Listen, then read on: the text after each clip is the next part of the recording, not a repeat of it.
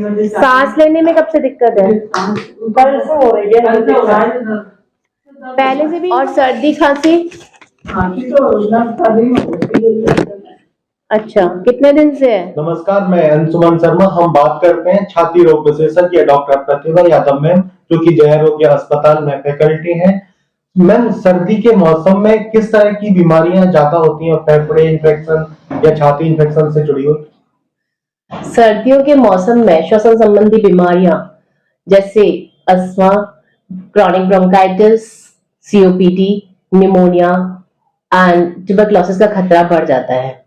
और इसमें मुख्यतः खांसी चलना, लगातार छींके आना, नाक बहना, सांस फूलना मुख्य लक्षण है। जी, थैंक यू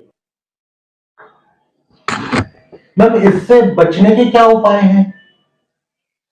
देखिए, पॉल्यूटेंट्स और एलर्जेंस के लगातार संपर्क में आने पर हमारे फेफड़े की ताकत कम हो जाती है और उसका लचीलापन कम हो जाता है। तो सबसे पहले तो से नो टू स्मोकिंग। देन हमें ये एयर क्वालिटी इंडेक्स मॉनिटर करते रहना चाहिए। अपने बाहर ही नहीं, घर को भी हवादार बनाए रखें। घर में विभिन्न प्रकार के पेड़ पौधे लगाए जा सकते हैं जिससे कि ऑक्सीजन की मात्रा हवा में सफिशिएंट रहे। और इस मौसम में आने वाली भरपूर सब्जियां और भरपूर मौसमी फलों का सेवन करें। और एक बात है कि ठंड के दिनों में हमें प्यास कम लगती है और हम पानी पीने पे ध्यान नहीं देते, इससे बॉडी में डिहाइड्रेशन भी हो जाता है। तो take lots of warm fresh water and vegetable soups, जिससे कि हमारी बॉडी का हाइड्रेशन मेंटेन रहे और बॉडी में बनने वाले विभिन्न प्रकार के विषाक्त हानिकारक पदार्थ बाहर निकलते रहें। इसके साथ ही हम डेली एक्सरसाइज एंड योगा पे ध्यान दें, ब्रीदिंग एक्सरसाइजेस, प्राणायाम पर ध्यान दें। हाँ, और बट ये अवॉइड आउटसाइड एक्सरसाइजेस, जैसे ठंडी हवा में निकल के ठंडी हवा में जल्दी बाहर घूमने ना जाए और ना ही एक्सरसाइज करें। वैसे तो एलर्जी वाले पेशेंट्स को जिनको पहले से बहुत ज्यादा एलर्जेंस के लिए एलर्जी है, उनको एलर्जेंस को आइडेंटिफाई करके उनसे बचाव रखना चाहिए। जैसे एलर्जेंस जैसे कि धुआं, धूल, लेडीज जो किचन में चौका लगाती हैं उस समय वो अपना नाक मुंह को लपेट कर रखें।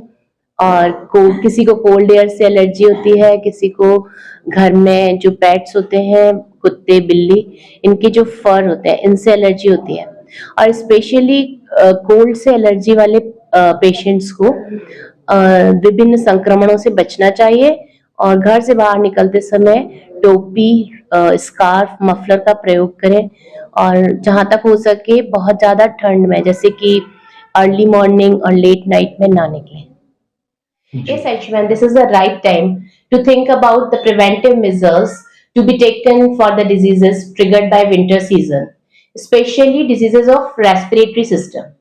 श्वसन तंत्र की जो भी बीमारियां हैं वो इस सीजन में बढ़ जाती हैं, क्योंकि एक तो कोल्ड एयर जो है ये ड्राई एयर होती है और जब ये मरीजों के जो पहले से इस बीमारियों से ग्रसित मरीज हैं उनके एयरवेज में जाती हैं तो ये उसको इरिटेट करती है और उनकी सांस की नलियों में सूजन आ जाती है, प्रोडक्शन ऑफ म्यूकस बढ़ जाता है और ये सब होने से सांस की नलियां सक्रिय हो जाती है। सक्रिय होने से सांस लेने में दिक्कत शुरू हो जाती है और खांसी भी शुरू हो जाती है। आजकल आपने देखा होगा कि भारत के कई शहरों में हवा की गुणवत्ता में काफी गिरावट आ गई है और यह गिरावट ठंड के मौसम में स्मॉग बनने के कारण, पॉल्यूटेंट और फॉग के कारण जो स्मॉग बन जाता है, यह गिरावट और ज्यादा आ जाती है। ठंडों में लोग बाहर कम निकलते हैं, इसलिए एलर्जेंस के साथ साथ कई इन्फेक्टिव बीमारियां भी घरों में कैद रहने से, close contact and poor ventilation के कारण बढ़ जाती है।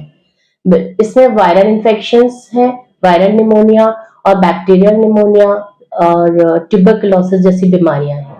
So eat nourished, fresh and warm food, vegetables, fruits, drink lots of water, maintain hydration, sleep well, do exercises, stay healthy, stay active.